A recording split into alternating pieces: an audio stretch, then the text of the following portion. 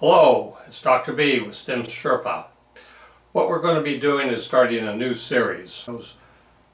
I want this series of videos to be for parents. They'll be in three parts. One will talk about why parents can gain advantage in teaching their students, why they're better at it than going to school. Two, a practical example. And three, I'll point you towards some videos that I have produced that you can look at and incorporate in your teaching of students. First, you have to understand that parents are the most efficient educators of their own children. They know them, they spend more time, and they have greater interest. Teachers can be very good, but they have large classes. They really don't have time to get to know your child and a special one-to-one interaction. Let's take something as simple as the relationship of magic and science and make it clear for your students and something that they can use every day. Magic, which we'll demonstrate here in a second, I call it on a good friend of mine, takes something mysterious, shows it to you, and then collects your money for the entertainment value of it. Now, this is something you see common in politicians, snake oil salesmen, and commercials. But when you tell your students this, instead of attacking those people, say it's just magic. They're all captured by magic. So let's do a little magic. I'll call on my friend W.C. Fields. Ah, yes, I'm glad you're here. Step a little closer, and bring your nickels and dimes with you. I'm going to show you the most amazing ability that I have learned from the ancients in Egypt. Now, step a little closer. I need someone in the audience, someone to name a card in this closed deck of cards. Just any old card would, the ace of hearts. Fine, let's find the ace of hearts. So we're going to take the ace of hearts and we're going to tap on the deck 3 times. 1, 2, is everybody thinking ace of hearts? 3. Now I've turned the ace of hearts, dematerialized it, and turned it over so it is now face down in the deck. Let's pull the deck out. Prepare to be amazed, my children. Step a little closer. I watch me very carefully. Notice that no times do my fingers leave my hands. Let's see. The ace of hearts. We'll just kind of go through that real quickly. Ace of hearts. I don't see the ace of hearts, but I expect it to be face down. The ace of hearts.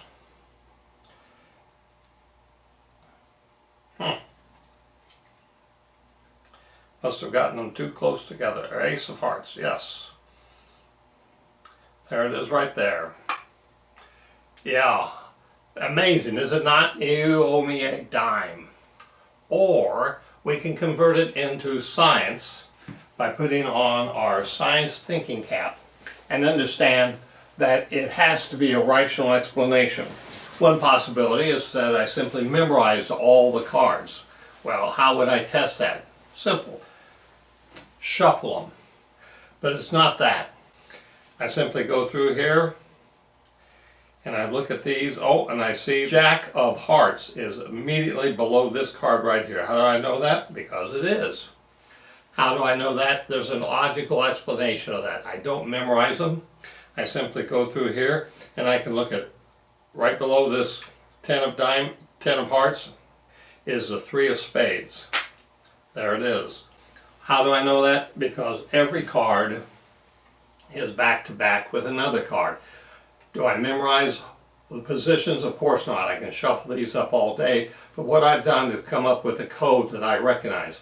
This is a 10, this is a 3, this is a heart, this is a spade.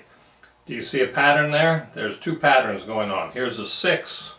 On the other side, what is 6 and 7 add up to? 13. What does 10 and 3 add up to? 13. And I have a heart over here, and a heart reminds me of a spade. So I can pick out this one. I know that on the other side has got to be a 7. I memorize and I put them back to back so that the diamond, 4 points, is just opposite of the other club the 4th club that the fourth suit that I haven't mentioned, and that's the club. So I come up with a simple pattern and I just add a little talk to it. That's what politicians do. They stack the deck. They only show you half of what you want to see. But after you learn the trick, we'll get rid of the joker there, then we understand that I have a king here. Now a king is the 13th card. So what's the other 13th card? I can't add up to 13. I don't have the 0. But I have another king. I have a club here. What's the suit opposite the club? A diamond, king of diamonds. So then science does something more, not miraculously, but seemingly silly to a person that wants to profit from this, and that is they show you how to do it. I've just showed you how to do it, and they ask you to go out and try it yourself and prove it. How did I get these stuck together?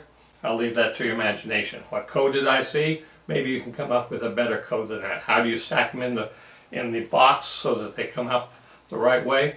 Practice it. Get it so that you can turn a card over. There is a 3, so there's a 10 of hearts on the other side, so fast that you can't see that all the other cards are facing you. Half the deck is facing you. Then show someone else, practice it, enjoy it, have fun, and prepare your discussion, your presentation for them so that they can have fun. Now, if you like practicing, learning like that, show it to your kids. Have a little fun with some magic. I have one book in particular on stemsherpa.com about teaching games, using games to help your kids understand, and it is for non-readers. You have to get involved, sit down with them and play some games such as cribbage, such as more magic, such as Sudoku.